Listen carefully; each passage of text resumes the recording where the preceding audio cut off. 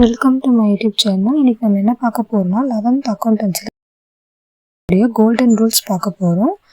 இது வந்து 2 மார்க்கில் கண்டிப்பாக கேட்பாங்க. ஸோ வீடியோ ஸ்கிப் பண்ணாமல் ஃபுல்லாக பாருங்கள். அப்போ தான் வந்து நான் என்ன சொல்ல வரேன் அப்படின்றது உங்களுக்கு தெளிவாக புரியும். ஓகேங்களா?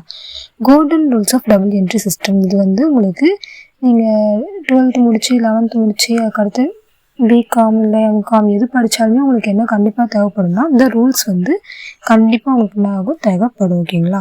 ஃபஸ்ட்டு வந்து என்ன சொல்கிறாங்க, பர்சனல் அக்கௌண்ட். செகண்ட் வந்து என்ன சொல்கிறாங்கன்னா ரியல் அக்கௌண்ட். தேர்ட் வந்து நாமினல் அக்கௌண்ட். ஓகேங்களா?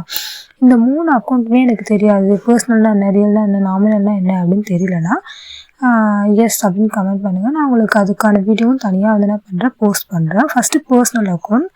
அதில் வந்து நம்ம என்ன எழுதுவோம் அப்படின்னா debit the receiver, credit the giver. அதாவது ரிசீவ் பண்ணால் அதை டெபிட்லேயும், நம்ம ஏதாவது கொடுக்குறோம் அப்படின்னா அதை வந்து என்ன பண்ணணும், கிரெடிட்டில் எழுதணும். ஓகேங்களா?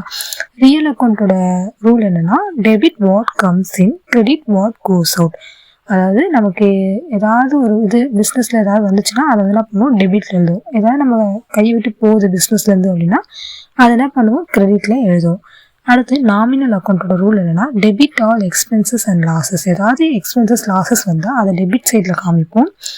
அதுவே இன்கம் அண்ட் கெயின்லாம் வந்துச்சுன்னா அதெல்லாம் பண்ணுவோம், கிரெடிட் சைட் காமிப்போம். ஓகேங்களா?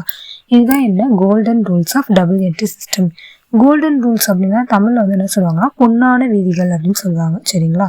இப்போது personal account, real account, nominal account மூணுமே அதோடைய ரூல் என்ன, பர்சனல் அக்கௌண்ட்டுக்கு debit the receiver, credit the giver. Real அக்கௌண்ட்டுக்கு debit what comes in, credit what goes out. Nominal அக்கௌண்ட்டுக்கு debit all expenses and losses, credit all income and gain. கண்டிப்பாக உங்களுக்கு என்ன பண்ணுவாங்க, பப்ளிக்கில் 2 மார்க்கு கண்டிப்பாக கேட்பாங்க.